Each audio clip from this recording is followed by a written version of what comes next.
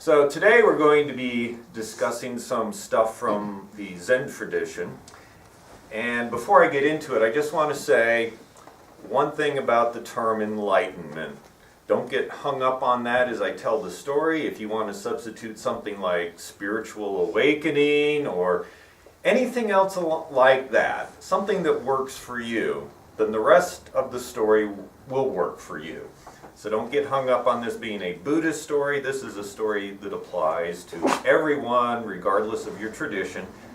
Just insert a word that works for you. That being said, you're now going to enter into the world of Zen, where everything has multiple meanings and nothing is as clear as you think it is. There is a Zen saying that goes something like this: before enlightenment, chop wood and carry water. After enlightenment, chop wood and carry water. It's a common phrase. You'll see it a lot. Tracking down the source is a little more difficult, at least in that particular wording. Sometimes it's simplified, and someone will simply say, chop wood and carry water. I've started doing that a little bit myself. And now I'm going to explain where it comes from and what it means. Or at least I'm going to try to explain what it means. Maybe I won't succeed in that. The story comes from Chan Buddhism. Now, Chan has evolved into Zen. In fact, the Japanese word Zen is simply their way of pronouncing Chan. And both words mean meditation. It's a type of Buddhism that emphasizes meditation. So we're going to be talking about Chinese Buddhism right now. And it comes from a book called The Teachings of Xu Yan. That's spelled X-U but pronounced H-S-U, which I think is Xu Yan. It's chapter 10, the story of Layman Pang. Now, Layman is not the guy's name, rather it's his rank in life. He is not a monastic. He's not a priest. He's not ordained. He's just an average civilian. And because he's so wise, and his family's so wise, they feel it necessary to distinguish this fact, that he is not someone living at a monastery. He's just a guy, but he's a guy with great wisdom. So they call him Layman Pang. He lived during the later half of the 8th century. He was an educated family man. He had a wife, a son, and a daughter, and he was well enough off financially that he was able to devote his time to Buddhist studies. And he got the idea that he needed solitude, because of course meditation is part of it. And so he built himself a little meditation hut outside his main home, a one-room monastery, if you will. And every day he went there to sit and meditate and practice and study.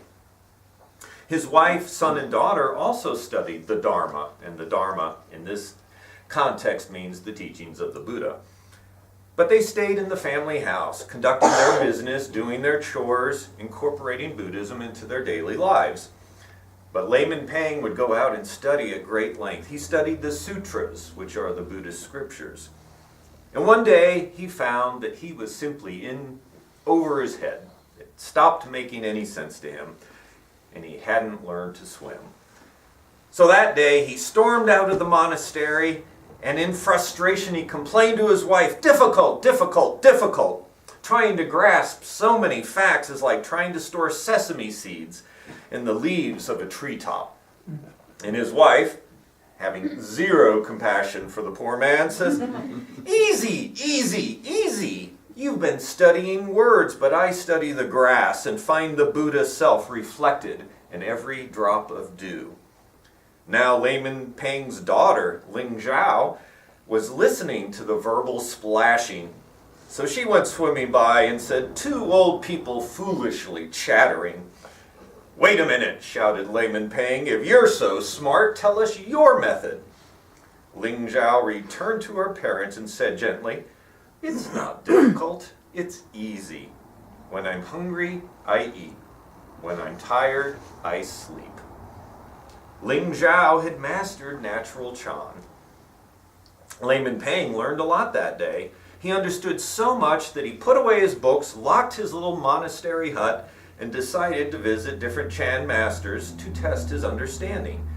He still couldn't compete against his own daughter, but he was getting pretty good. Eventually, he wound up at Nanya Mountain, where Master Shai To had a monastic retreat.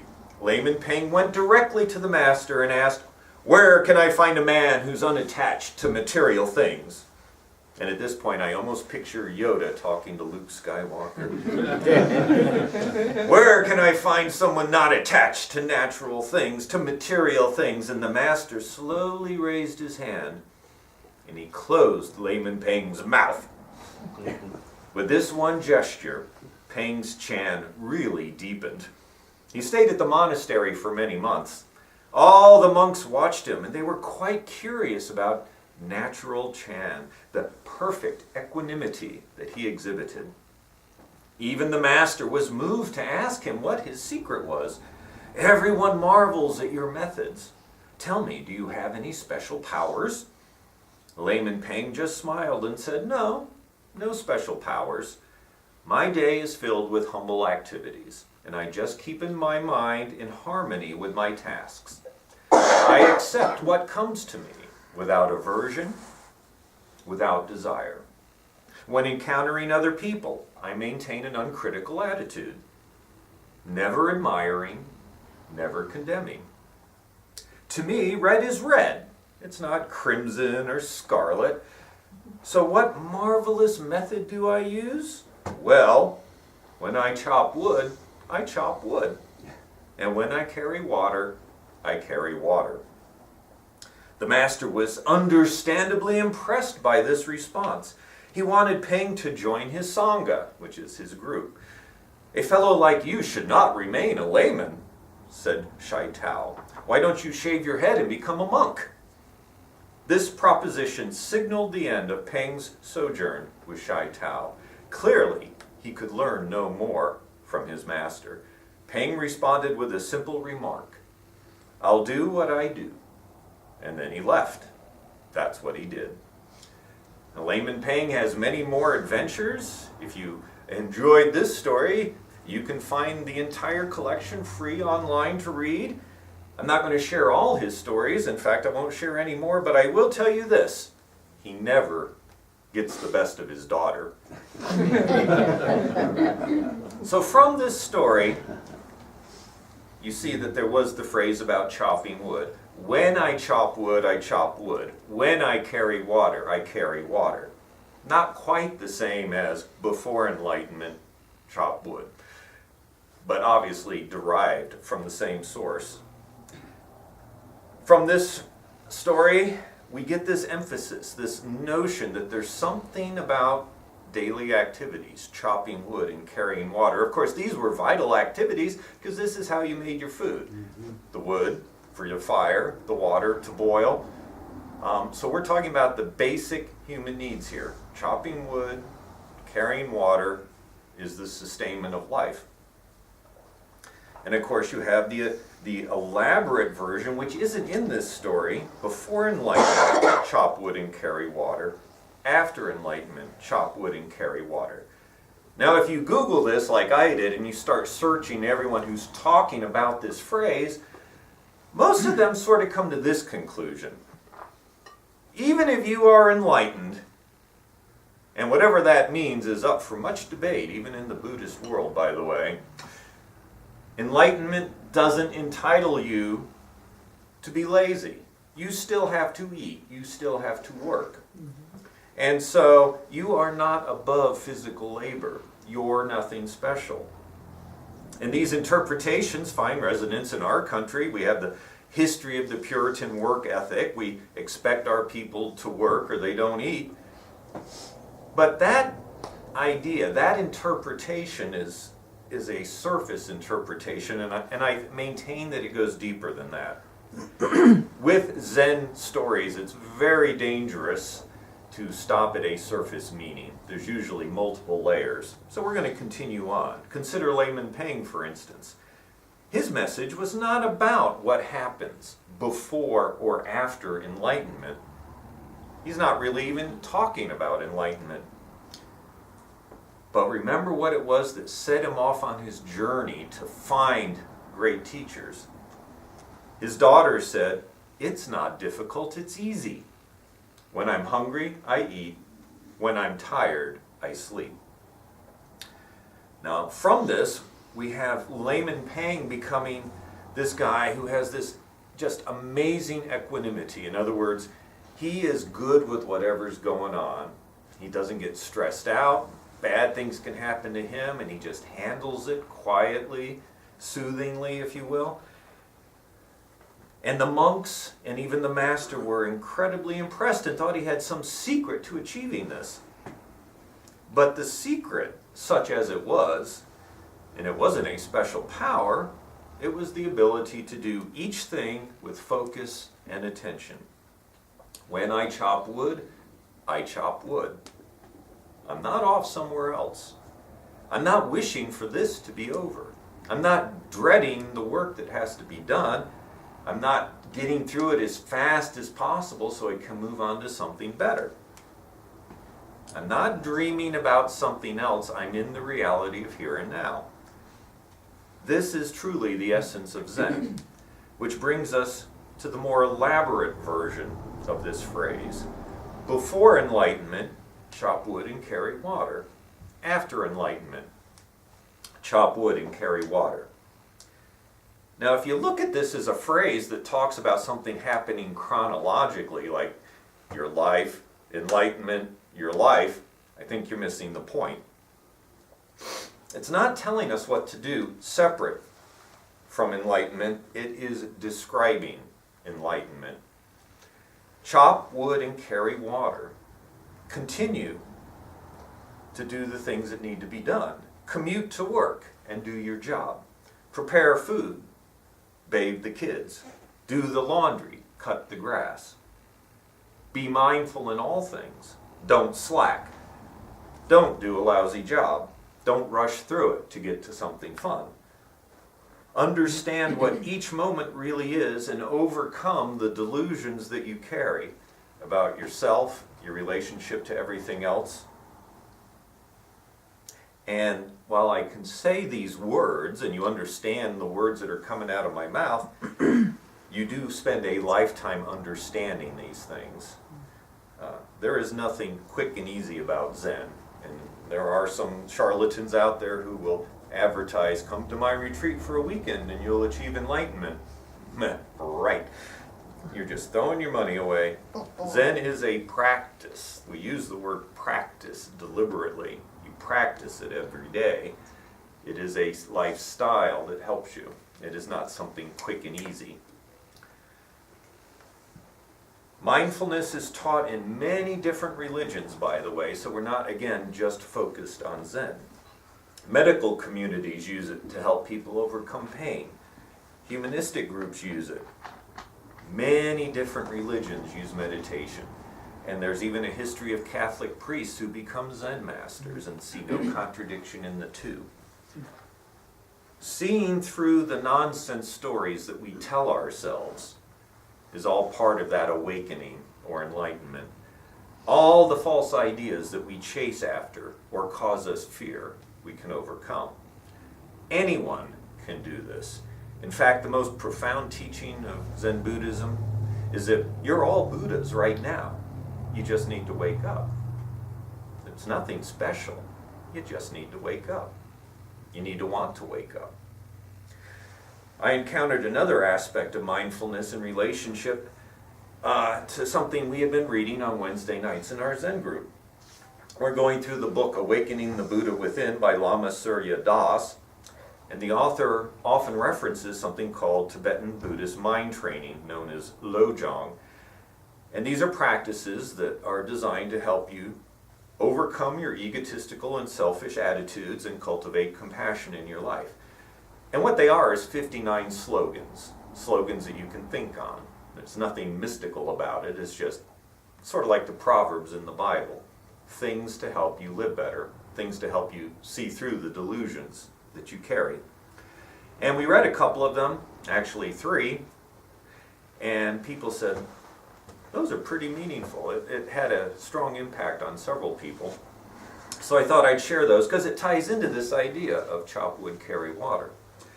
First of all, don't be best friends with pride and vanity. and I'm quoting from the book, "This slogan has everything to do with how you look at the world and can be a very helpful reminder to transcend ego. Reflecting on this slogan reminds us not to tell ourselves stories about our own accomplishments and remarkable specialness. Instead, appreciate the virtue of others and the wonderful joy of loving kindness and genuine friendliness." Now, how does that tie into what I've been talking about? When you do something, think about why you're doing it. And literally, everything you do, you can do this. Why am I doing this? Why am I sitting here right now? Why am I in this place? Why am I next to this person? Why do I find this meaningful? Think about the things you do. And then, ask yourself, am I doing it for a good reason?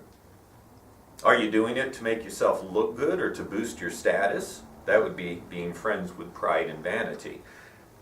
And if that's the reason, it's probably a bad reason, and you're probably going to be disappointed.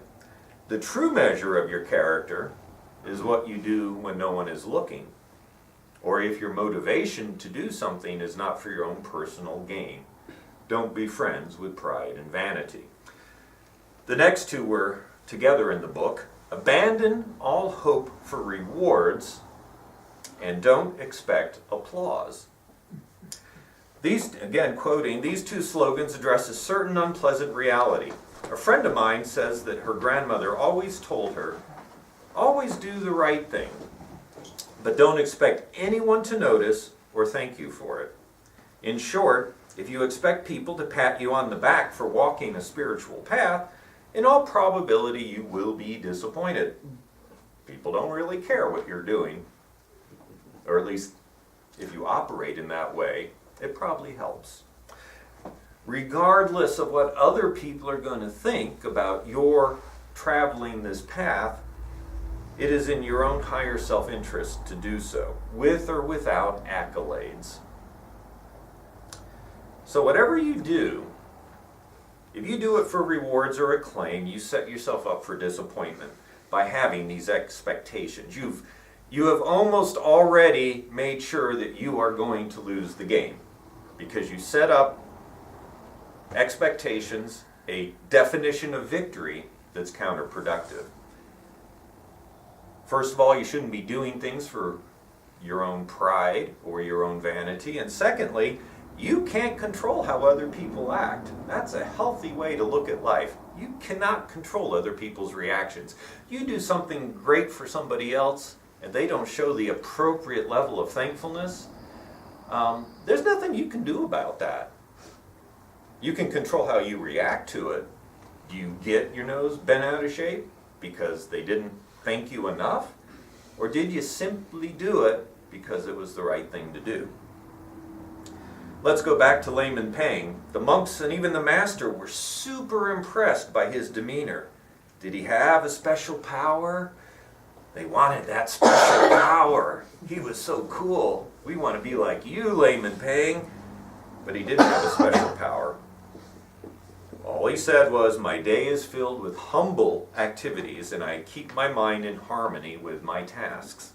I accept what comes without desire or aversion, without being happy or sad about it. What comes, comes. When encountering other people, I maintain an uncritical attitude, never admiring, never condemning. Don't be jealous of other people's success. Don't be awed by their presence, but don't despise them or hate them either. So what marvelous method do I use? When I chop wood, and when I carry water, I carry water. Don't scheme, don't plot, don't crave attention, don't desire applause. Do what needs to be done without ulterior motives. Do it when no one is watching. Do it if no one ever finds out you did it, and be good with that. As I draw to a close, one final quote from Lama Surya Das. The whole thrust of mind training and the Bodhisattva path is to be able to become naturally more loving and compassionate without expecting or hoping for anything in return. I put that in bold and in italics. Although your ego may want some form of positive reinforcement or reward for what you do or say, your innate Buddha nature doesn't require that kind of acknowledgement. Whatever occurs is what occurs, and it is all positive. Even if the Bodhisattva is the last person on earth, and Bodhisattva here is a follower of the way, even if the Bodhisattva is the last person on earth, he or she would continue on the way of awakening. When we close our Zen services, and most Zen services close the same way, we chant something called the 4 Bodhisattva vows. And these are the ways we hope to live our lives.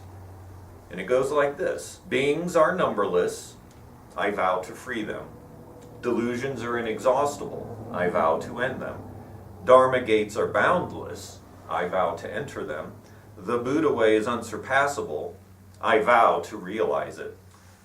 That third line about Dharma gates ties in directly to this sermon. If you were to ask someone what a Dharma gate is, might be a little puzzled, but a Dharma gate simply means a moment in our life, a snap of the fingers. Each moment you encounter is a Dharma gate. And when you go through the gate, you sort of say, well, what does that mean? I vow to enter these gates. Obviously, I'm living my life. I'm going through things moment by moment.